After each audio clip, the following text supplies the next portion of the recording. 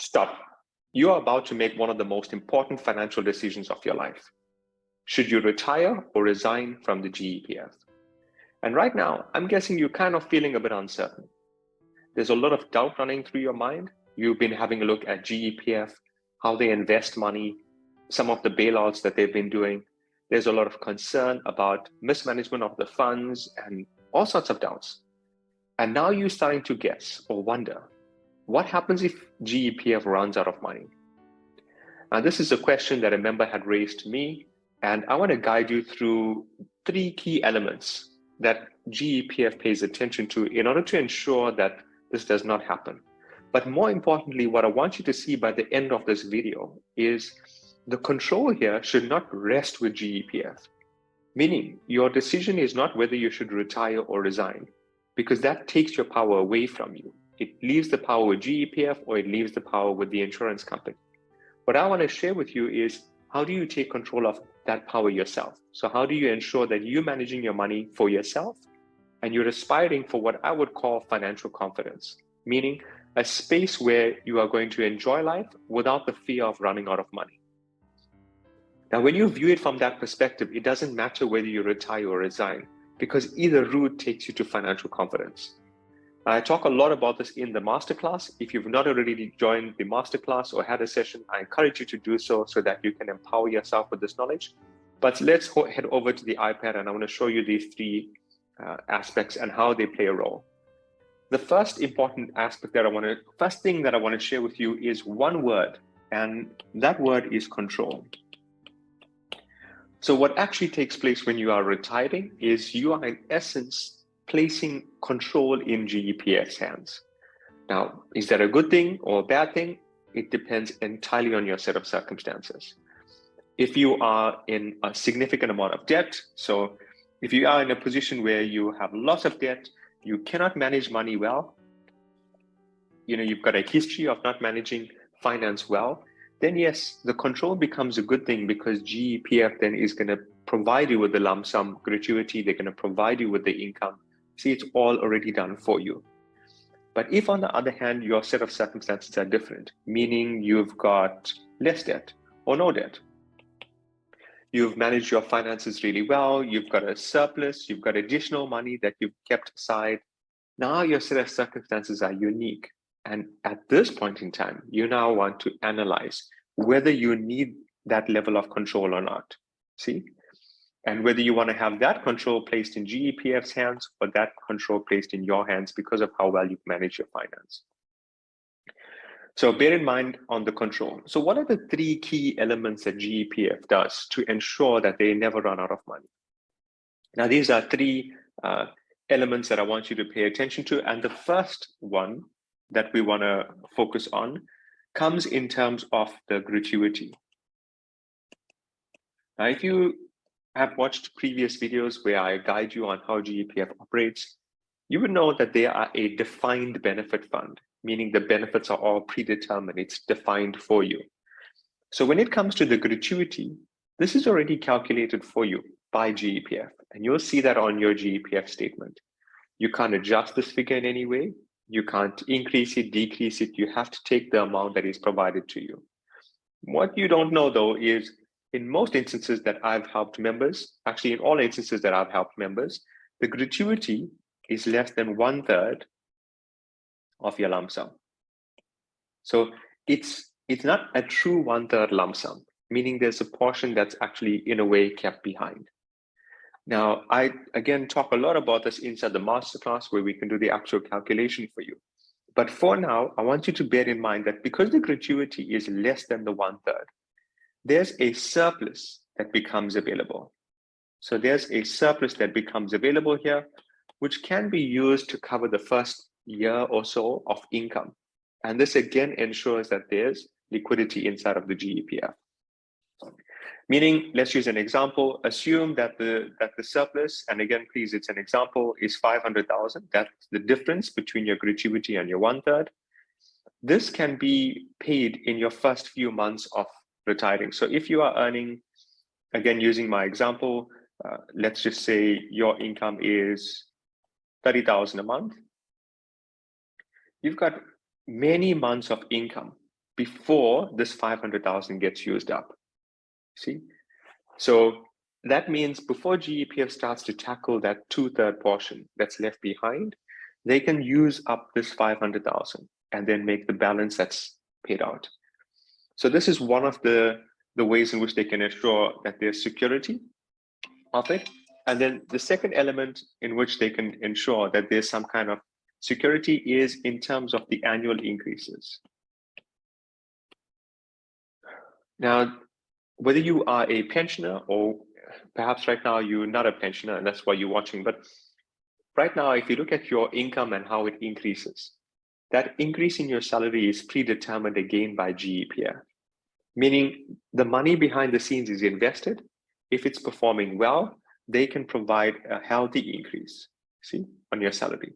If they're seeing that there's a risk that this money is not doing so good, then they could adjust that. So your annual increase could be lower.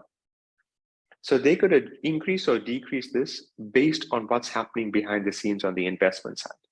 Now, just on that note, if you're not aware of this, GEPF would still invest your money either route, whether you are right now still at work or even at the point that you are actually retiring. It's important for you to know that the money is invested, and I've actually done a video on this. It's listed on the GEPF site, so they take you through how the investment actually works and where they invest the money.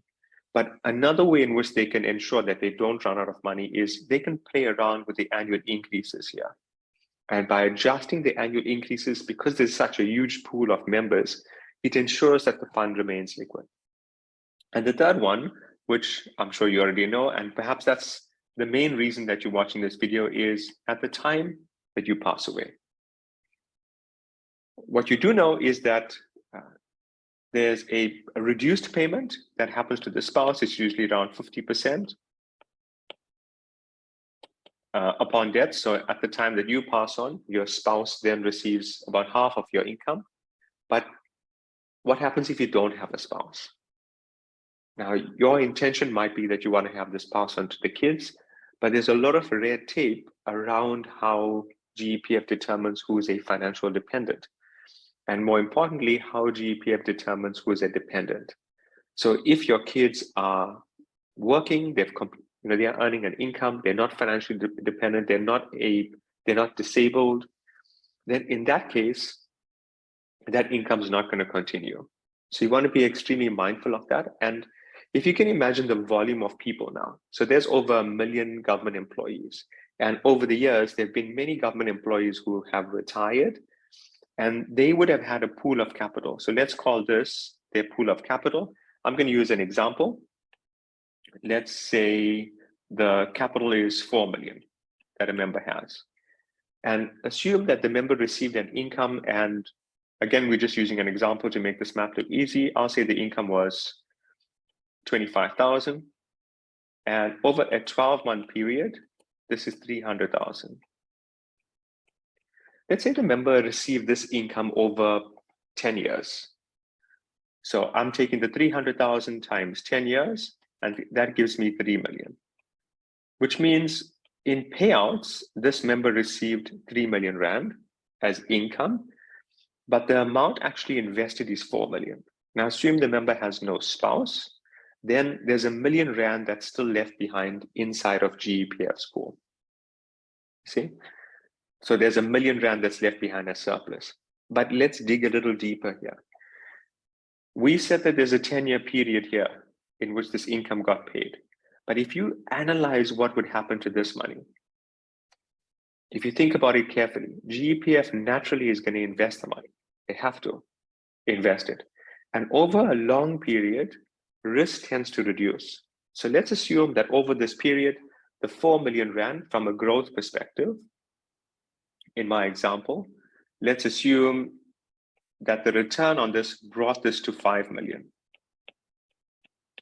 So suddenly the gap becomes wider, meaning GEPF took this money, they invested it over this 10-year period, and they've brought this return now to 5 million. They've gained in growth, let's say 1 million Rand over that 10-year period. So suddenly now the member had received income of 3 million, But actually what the member had after the 10 years considering the growth is 5 million, which means a 2 million rand surplus that stays inside of GEPF.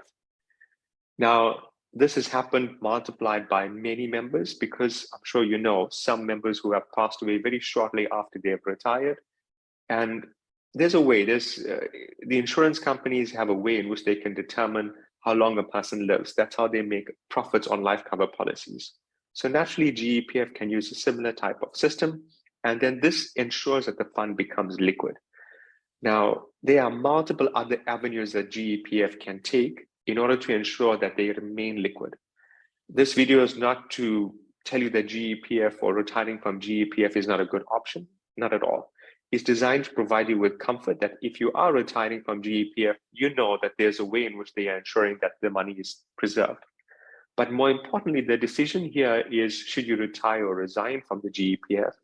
Now you want to start to analyze this based on this information. So because you know that ultimately GEPF is going to take this pool of money, your pool of money that you have, your resignation benefit, and they are going to invest it.